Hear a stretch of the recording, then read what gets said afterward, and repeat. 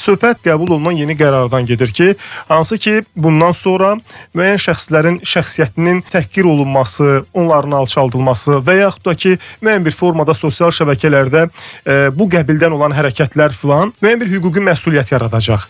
Hansı hərəkətlərdən, hansı formalı təhqirlərdən və yaxud da ki, nələrdən söhbət gedir ki, burada, yəni insanlar bax bu nöqteyi nəzərdən bir növ maariflənmiş olsun ki, o yanlışlara yol vermiş olmasın. Ali Məhkəmənin plenum qərarı tələb edir ki, artıq sosial şəbəkələrdə təhqir, böhtan, bu kimi məsələlərə daha ciddi yanaşılacaq. Təbii ki, burada tənqiddən və müəyyən mülahizələrdən söhbət getmir. Yəni tənqid azadlığımız var.